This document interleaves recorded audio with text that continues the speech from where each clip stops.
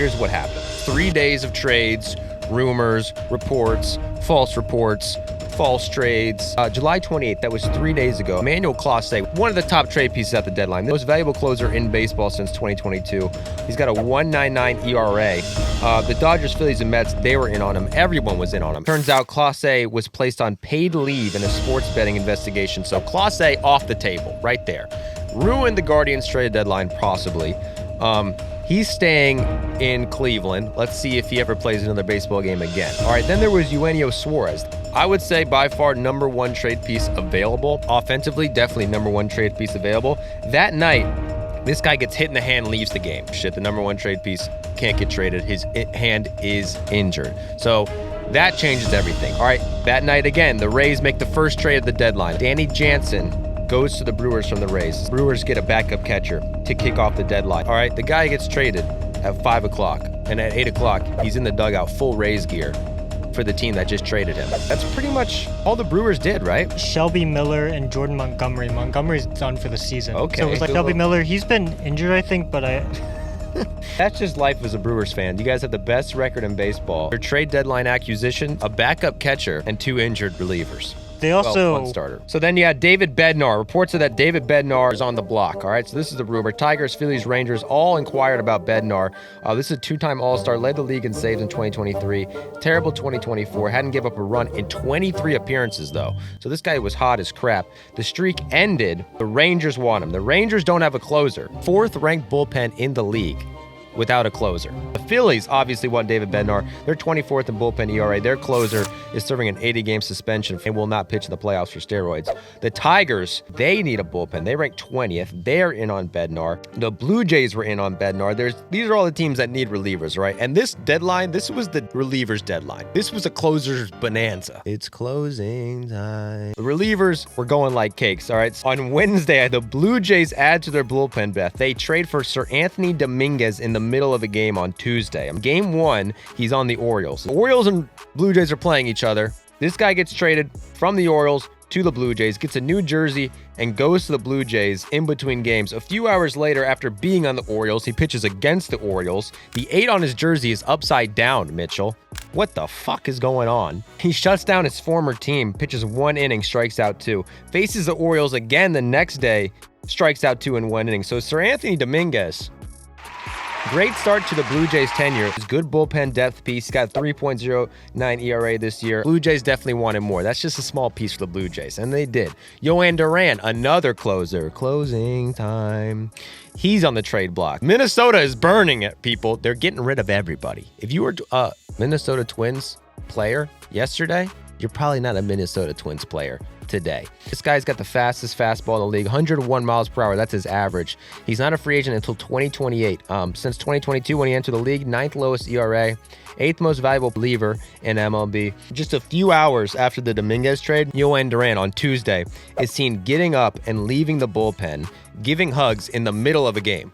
In the middle of the game, the closer for the team just gets up, leaves the bullpen, cameras on him. Everyone on Twitter's like, he got traded. Everyone's like, I wonder who he got traded for. A trade just went down. What's going on? Trade just went down.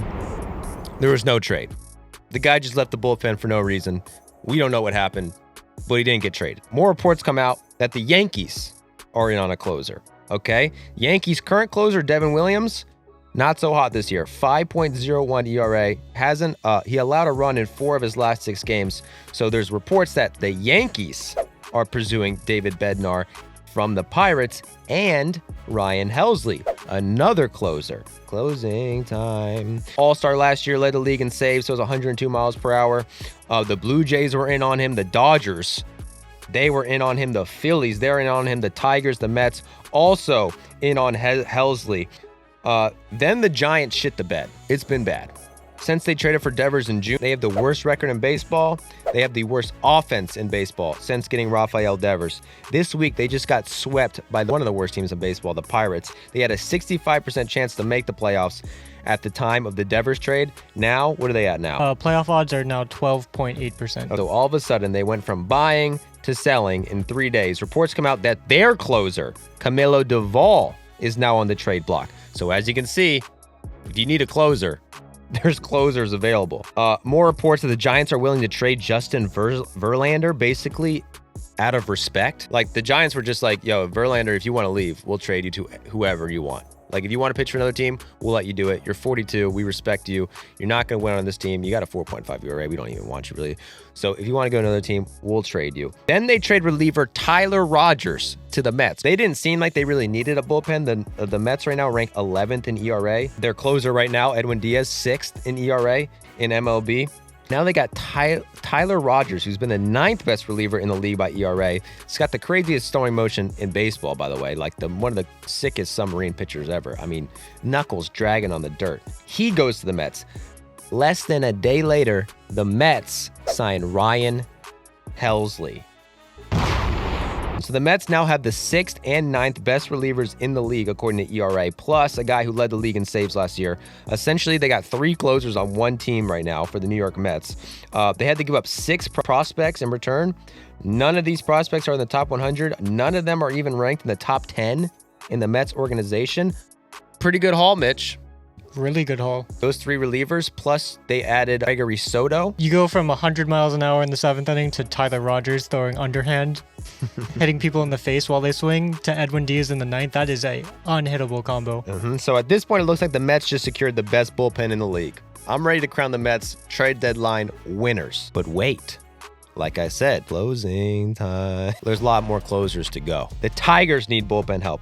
They get some. They add Paul Sewald, the guy who made 10 appearances to help the Diamondbacks get to a World Series just 2 years ago. He struggled this year in Cleveland, but he goes to the Tigers. And Kyle Finnegan, who is the Nationals closer, but has a .1 WAR, ERA over 4 this year. So the Tigers add Finnegan and they add Paul Sewald. Did they add anybody else? They had Chris Paddock. They also acquired Rafael Montero. They also got Charlie Morton at the buzzer. Couple mid-level guys. We'll see what happens with Morton. I wish the Tigers would have done more, but, you know, it is what it is. The Angels. The fuck? Turns out the Angels won't be selling Yusei Kikuchi, Taylor Ward, or Kenley Jensen, who all could have brought back prospects for the future. The Angels are 4 games back of a wild card spot, way back in the division. 3.3% chance to make the playoffs for the Angels. They shock everyone. They get 2 relievers, Luis Garcia and Andrew Chafin from the Nationals. They just picked up Oswald Peraza from the Yankees. My favorite part of this trade, though, is Andrew Chafin. He's been traded 5 of the last 6 trade deadlines. Last year when he was traded to the Rangers, he said, "At least it's not California." Mr. Chafin, you are Los Angeles Angels. That sucks for him, actually. The Angels add, and then the Yankees add. The Yankees come in. The Yankees get David Bednar from the Pirates. Now the Yankees have another closer, so that he could replace Devin Williams as the closer role. Now, if Devin Williams returns to what he could be and what he was last year, that could be one of the strongest 1-2s out of the bullpen in baseball. Not to mention, they also added Jake Bird, a reliever who a few weeks ago had an ERA under 3, which is unheard of in Colorado. Jake Bird is going to the New York Yankees. They added a lot to that bullpen, Mitchell.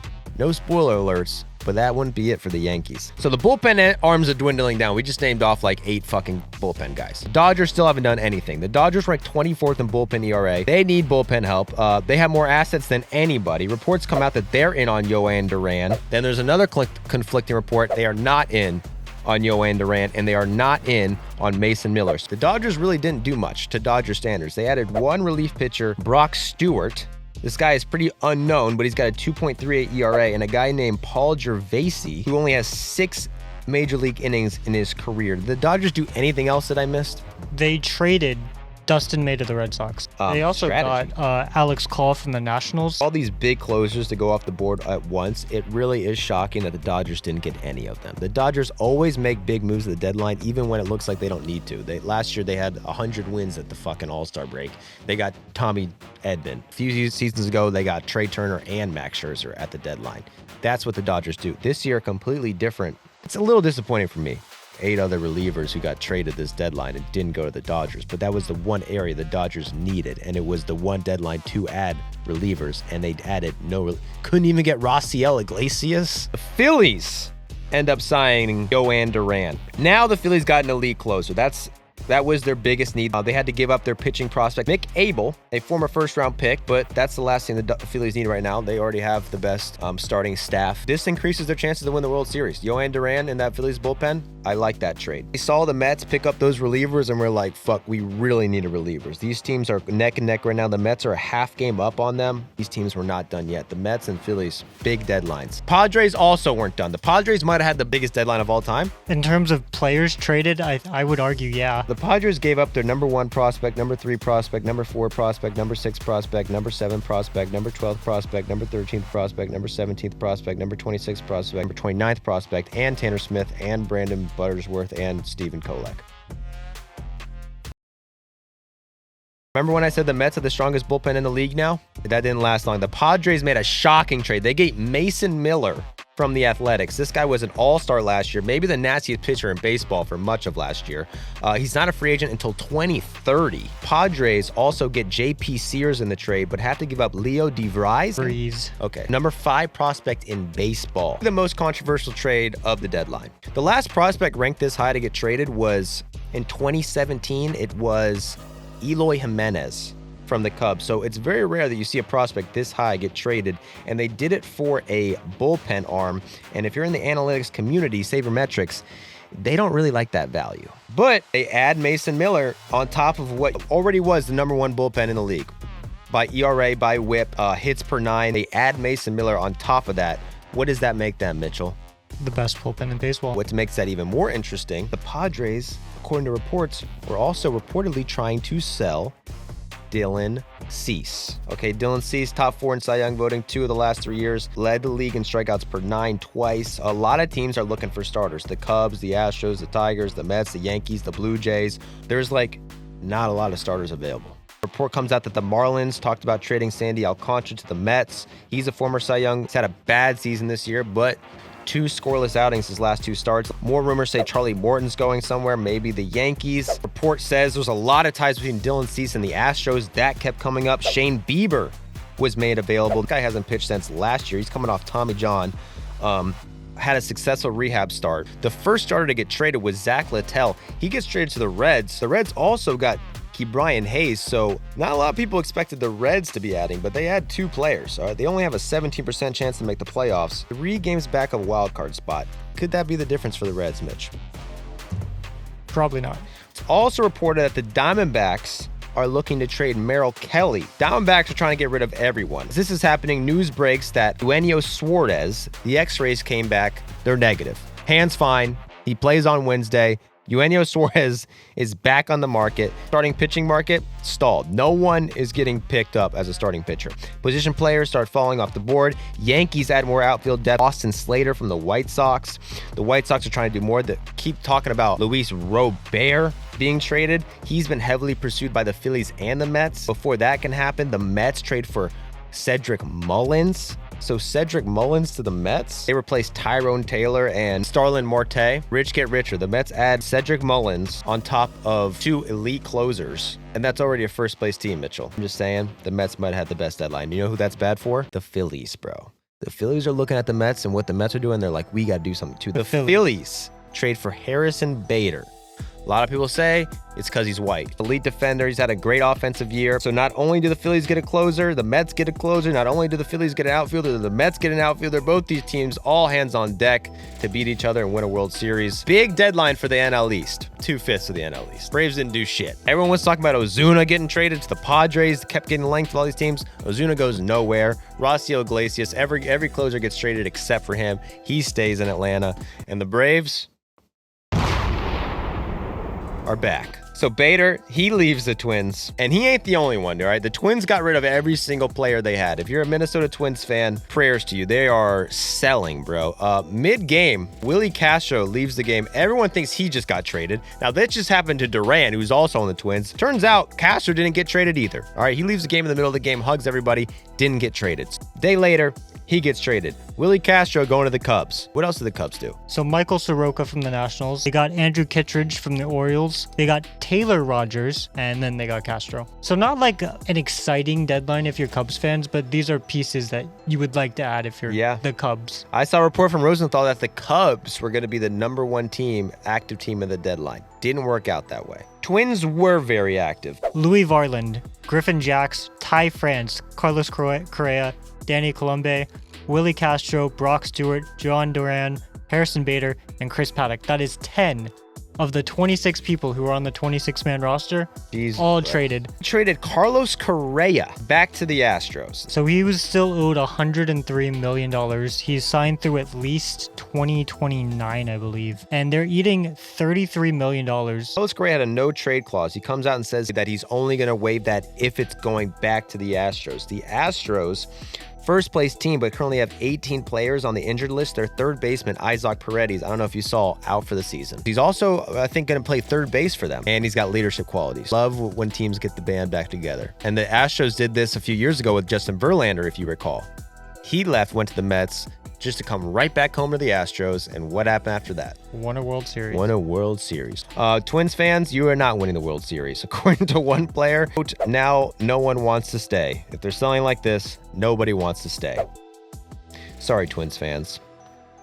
But it sucks for Twins fans. The Mariners fans, on the other hand, ooh-wee, the Mariners. That might be my team of the deadline, Mitch. Close to a top 10 offense in baseball this year. I think they rank 11th in runs.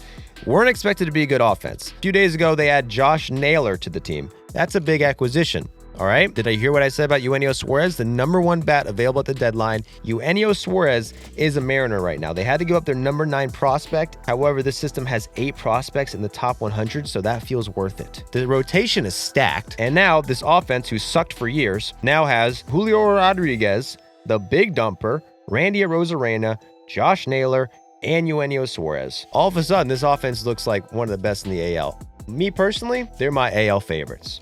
I think going into the playoffs, the Mariners on the sports books will probably have the second best odds to get to the World Series. Great fucking ad if you're the Mariners. Speaking of adding, the Padres weren't done yet. On top of adding Mason Miller and a blockbuster, they add 2 more Orioles, Ryan O'Hearn and Ramon Laureano, 2 30-year-olds who have had amazing years for the Orioles. I think both of them are over a 130 OPS plus this year. So that's 4 major pieces for the Padres. Now everyone's looking, what are they going to do with Cease? And no starters have gone yet, so now everyone's looking, what's going on with these starters? Rumors going on that the Red Sox are closing in on Joe Ryan. This would have been the best starter trade at the deadline. Red Sox desperately need starting pitching. Even Fox Sports reported that the Red Sox traded for Joe Ryan. All day they're saying the Red Sox are going to trade Joe Ryan. Doesn't happen. It's a fake news report. Comes out. Not true. Joe Ryan stays on the Twins. Another report comes out that the Rangers traded Adolis Garcia. That didn't happen either. That was just a guy who got hacked, apparently. Bad information. Adolis Garcia is staying home. The Rangers, who have the #1 starting staff in the league by ERA. Get Merrill Kelly. Get Merrill Kelly, which is another big addition. I didn't realize how good Kelly's been this year. Merrill Kelly has a 3.22 ERA. On top of that, they add a reliever, Phil Maton, from the Cardinals at the buzzer. He's got a 2.5 ERA. The Rangers have won 9 out of 11 games, currently in a playoff spot. They have arrived back on the scene. They're my team of the second half. Great deadline for my Texas Rangers. Red Sox, going back to the Red Sox, instead of Joe Ryan, they get Dustin May. Guy's got nasty shit, was a top prospect at one time, but he is no Joe Ryan, as Red Sox fans are pissed at the Red Sox. Did you see who they traded to get Dustin May? No. James Tibbs III, who was the one prospect in the Devers trade. It just makes no sense, man. The Red Sox trade away Devers. It works. I want to say the #1 farm system in baseball. They have unlimited assets, had a chance to make a big splash, and they do basically nothing. And that's just been the Red Sox's MO for the past 4 or 5 years. We're going to do nothing. I mean, they got to do nothing. Long reliever, Steven Matz. Steven Matz, that's not nothing for the Red Sox, but fuck, man. Sox fans are pissed. Yankees fans are also a little pissed because the Yankees, okay, they got Bednar. That's cool. They needed a starter, didn't get one. Nobody got a starter. Reports come out the Marlins are no longer trading Sandy Alcantara. Mets get no starting pitching. The Padres keep Dylan Cease. That means even less starting pitching is being moved. These are starting pitchers who people thought were going to get traded that didn't get traded. Joe Ryan, Mackenzie Gore, Sandy Alcantara, Edward Cabrera, Zach Gallen didn't get traded. Andrew Heaney didn't get traded. It was the last second buzzer beater trade that I'm missing. And that is the Yankees. The Yankees get Camilo Duvall. This was after 6 o'clock. This was low-key an illegal trade. I'm calling it an illegal trade. But it is a good trade for the Yankees. So the Yankees get 2 big-name relievers, Bednar and Camilo Duvall, on top of Devin Williams, who struggled this year but is an elite closer. Going into this year, if you said you had Bednar, Duvall, and Devin Williams on the back end of a bullpen, you'd say, holy crap. And that's basically all we got. That was the whirlwind of this year's trade deadline.